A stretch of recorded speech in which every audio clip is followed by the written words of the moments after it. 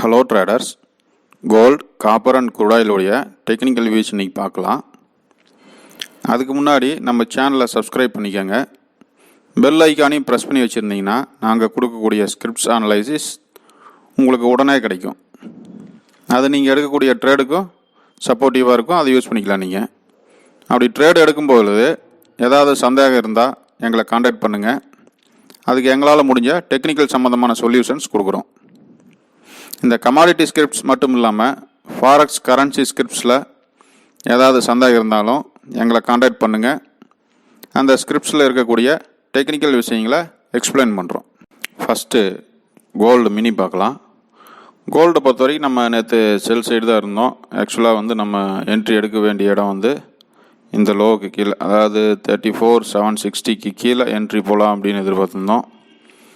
But அது என்னாச்சுன்னா ஒரு ஃபேக்கியாக ஒரு பிரேக் அவுட் காமிச்சிட்டு கீழே போக முடியல. ஷேடாக மட்டும் கொடுத்துட்டு மறுபடியும் அந்த ஏரியாக்குள்ளேயே தான் இருந்தது. பட் அது பார்த்திங்கன்னா கிட்டத்தட்ட ஆல்மோஸ்ட் ஒரு சின்ன ரேஞ்சு தான், ஒரு பெரிய மூவ்மெண்ட்டே கொடுக்கல நேற்று கோல்டு.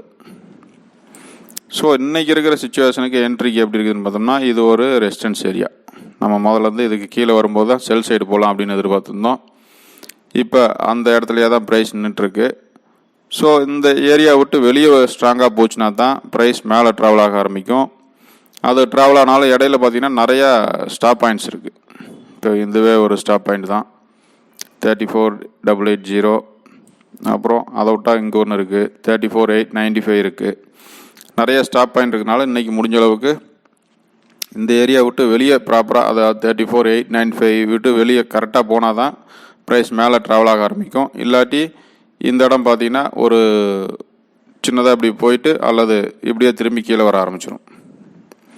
இந்த மாதிரி ஒரு சிக்னல் கொடுக்க ஆரம்பிச்சிடும். ஸோ இந்த இடத்துல நம்ம என்ட்ரி எடுத்தோம்னாலும் ரொம்ப கேர்ஃபுல்லாக என்ட்ரி எடுக்கணும். ஸ்டாப் லாஸ் ரொம்ப டைட்டாக வைக்கணும். ஏன்னா இந்த இடம் ஒரு முக்கியமான இடங்கிறதுனால, ரெசிஸ்டன்ஸ் ஏரியாங்கிறதுனால, அந்த ரெசிஸ்டன்ஸ் விட்டு வெளியே போகும்போது ஒன்று ஃபேக்கியாக அந்த மாதிரி காமிச்சிட்டு கூட மறுபடியும் உள்ளே வரதுக்கு சான்சஸ் இருக்குது. அல்லது பெரிய பெரிய கேண்டலாக மூவ் ஆகிட்டு அப்புறம் ஒரு இடத்துல ஸ்டேபிளாக நின்று மறுபடியும் வெளியே போகிறதுக்கு சான்சஸ் இருக்குது. அப்போ அந்த மாதிரி டைமில் நம்ம என்ட்ரியை வச்சுருந்தோம்னாலும் ரொம்ப கேர்ஃபுல்லாக ஹேண்டில் பண்ணணும் அதை. ஸோ இல்லாட்டி இன்றைக்கி முடிஞ்ச அளவுக்கு கோல்டு அவாய்ட் பண்ணிக்கலாம். ஏன்னா அதாவது ஒரு பக்கம் மூவ் ஆகி நின்றுச்சுன்னா அப்புறம் என்ட்ரிக்குள்ளே போகலாம். பட் செல் சைடை பொறுத்த வரைக்கும் நம்ம தாராளமாக என்ட்ரிக்குள்ளே போகலாம். இந்த லோ பிரேக் பண்ணிச்சுன்னா செல் என்ட்ரிக்குள்ளே ஒன்றும் ப்ராப்ளம் கிடையாது. பை மட்டும்தான் நமக்கு நிறையா ஒரு கான்ஃபிடன்ஸ் ஜாஸ்தியாக இருக்கிறதுனால அந்த இடம் கொஞ்சம் கேர்ஃபுல்லாக என்ட்ரி இருக்கணும். பட் செல் சைடை பொறுத்த வரைக்கும் ப்ராப்ளம் கிடையாது. இந்த லோ, அதாவது 34,760 பிரேக் பண்ணி ப்ரைஸ் நின்றுச்சுன்னா கேண்டில் செல் என்ட்ரிக்குள்ளே போகலாம். நம்ம வைக்கக்கூடிய ஸ்டாப் லாஸ் இந்த 34,840 நம்ம ஸ்டாப் லாஸாக யூஸ் பண்ணலாம். அல்லது இந்த இடத்துல கிடைக்கக்கூடிய ஸ்விங்ஸை நம்ம ஸ்டாப் லாஸாகவும் யூஸ் பண்ணலாம். மொத்தத்தில் பை எடுக்கிறதுனா ரொம்ப கேர்ஃபுல்லாக என்ட்ரிக்குள்ளே போகணும். கோல்டு செல் சைடை பொறுத்த வரைக்கும் கிளியராக போகலாம், ஒன்றும் ப்ராப்ளம் கிடையாது.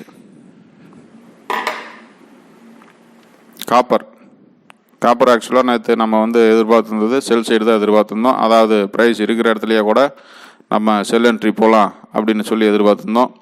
அதுக்கு வைக்கக்கூடிய ஸ்டாப் லாஸ் இந்த 445.90 நம்ம ஸ்டாப் லாஸாக வச்சுருந்தோம். அது பார்த்திங்கன்னா லோ சைடு, செல் சைடு பார்த்திங்கன்னா பெருசாக மூவ் ஆக முடியாமல் இந்த ஒரு முக்கியமான ஒரு கீ பாயிண்ட்டையே சப்போர்ட்டாக மாற்றி மேலே அந்த ஸ்டாப் லாஸ் ஸ்டிக்கர் பண்ணிட்டு ஒரு பெரிய ட்ராவல் கொடுத்துருக்குது. ஒரு ஷேடா கேண்டில் தான் நமக்கு இங்கே சார்ட்டில் இருக்குது. ஒரு Appar shadow candle.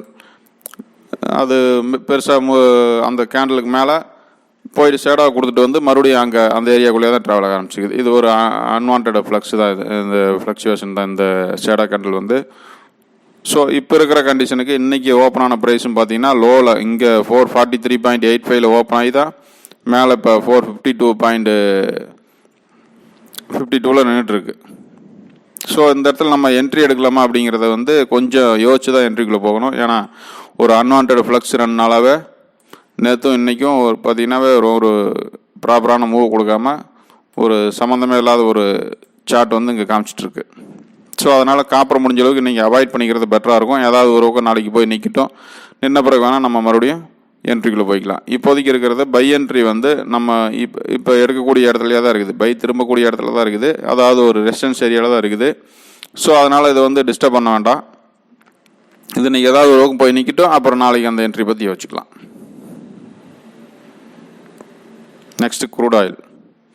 Crude oil நேற்றே நம்ம எதிர்பார்த்துருந்தோம், ரொம்ப ஃப்ளக்சுவேஷனாக இருக்குதுன்னு சொல்லிட்டு செல் போகிற மாதிரி இருந்தால் இந்த லோவுக்கு கீழே, அதாவது 3845 கீழே செல் போகலாம் அப்படின்னு எதிர்பார்த்துருந்தோம். பட் அது செல் சைடு கொடுக்கல. பை சைடு வந்து 3905, அதுக்கு மேலே போச்சுன்னா பை என்ட்ரிக்குள்ளே போகலாம் அப்படின்னு எதிர்பார்த்துருந்தோம். நேற்று ஃபஸ்ட்டு பார்த்தீங்கன்னா பை சைடு தான் ட்ராவல் காமிச்சிட்டு அந்த பிரேக் அவுட் ஆன கேண்டலுக்கு மேலே ஹையை கட் பண்ண பிரேக் பண்ணி ட்ராவல் ஆக முடியாமல் அங்கேருந்து நேராக செல் சைடு சப்போர்ட் ஏரியாவுக்கு வந்துட்டு மறுபடியும் மேலே போய் ஹையை கட் பண்ணியிருக்கு. ஸோ நம்ம நேற்றே எதிர்பார்த்தது தான். இப்போ க்ரூட் ஆயில் ப்ரைஸ் வந்து ரொம்ப ஃப்ளக்சுவேஷனாக இருக்குது. முடிஞ்ச என்ட்ரி அவாய்ட் பண்ணிக்காங்க, அல்லது இந்த 2 ஏரியா விட்டு வெளியே போகும்போது வேணால் என்ட்ரிக்குள்ளே போங்கன்னு சொல்லியிருந்தோம்.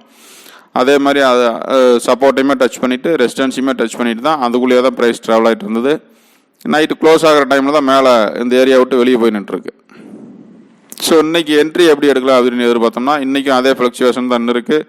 அது இல்லாமல் இது ஒரு மேஜரான ரெசிஸ்டன்ஸ் ஏரியா. ப்ரைஸ் இப்போ இருக்கக்கூடிய இடம் ஒரு மேஜரான ரெசிஸ்டன்ஸ் ஏரியாவாக இருக்கிறதுனால ப்ரைஸ் ஏதாவது ஒரு சைடு நல்ல ஒரு ரீட்ரேஸ்மெண்ட் கொடுத்து மறுபடியும் மேலே போச்சுன்னா அங்கேருந்து என்ட்ரிக்குள்ளே போகலாம். இல்லாட்டி என்ட்ரியை வெயிட் பண்ணி எடுக்கிறது சேஃபாக இருக்கும். ஏன்னா ப்ரைஸ் வந்து ஒரு ப்ராப்பரான ரெசிஸ்டன்ஸ் ஏரியாவில் நின்றுருக்கு. அதே மாதிரி பெரிய டைம் ஃப்ரேமில் பார்க்கும்போது இது ஒரு ரேஞ்ச் ஏரியாவில் டாப்பில் நின்றுருக்கு. ஸோ இது வந்து பிரேக் அவுட் ஆகுமாங்கிறது கன்ஃபார்ம் கிடையாது. ஆகாமல் மறுபடியும் இந்த ஏரியாவுக்குள்ளேயே வந்து ட்ராவல் ஆக ஆரம்பிக்கலாம். ஸோ அதனால் இன்றைக்கி வந்து நல்ல ஒரு ரீட்ரேஸ்மெண்ட் கொடுத்துட்டு இந்த ஏரியா விட்டு வெளியே போச்சுன்னா என்ட்ரிக்குள்ளே போகலாம். இல்லை டைரெக்டாக இப்படியே ட்ராவல் ஆக ஆரம்பிச்சுன்னா என்ட்ரி அவாய்ட் பண்ணிக்கலாம். ஏன்னா நமக்கு வந்து ரெசிஸ்டன்ஸ் ஏரியாங்கிறதுனால அதுக்கு ஒரு ப்ராப்பரான ஒரு சிம்டம்ஸ் கொடுத்துட்டு வெளியே போச்சுன்னா அது கொஞ்சம் நமக்கு கன்ஃபர்மேஷன் அதிகமாக கிடைக்கும். ஸ்டாப் லாஸ் வைக்கிறதுக்கும் நல்லாயிருக்கும். இப்போ ஸ்டாப் லாஸ் வைக்கக்கூடிய இடம் இங்கே கொடுக்கக்கூடிய சப்போர்ட்டே நம்ம ஸ்டாப் லாஸை யூஸ் பண்ணலாம் இந்த ஏரியா விட்டு வெளியே போகும்போது. இப்போ இந்த இடத்துலேருந்து டைரெக்டாக வெளியே போச்சுன்னா நம்ம ஸ்டாப் லாஸ் வைக்கிறது வந்து ரொம்ப சிரமம். ஸோ அதனால தான் சொல்கிறோம், இந்த ஏதாவது ஒரு ரீட்ரேஸ்மெண்ட் நடந்துட்டு சப்போர்ட் ஃபார்ம் பண்ணிவிட்டு மேலே போச்சுன்னா அந்த சப்போர்ட்டே ஸ்டாப் லாஸை வச்சு பை என்ட்ரிக்குள்ளே போகலாம். அந்த ஹையை பிரேக் பண்ணும்போது இல்லாட்டி என்ட்ரி அவாய்ட் பண்ணிக்கலாம். செல் சைடு இன்றைக்கும் கிடையாது. செல் ஆப்பர்ச்சுனிட்டி வந்து இன்றைக்கி அவாய்ட் பண்ணிக்கலாம். பை கிடைச்சா மட்டும் பை என்ட்ரிக்குள்ளே போகலாம். Okay, thank you.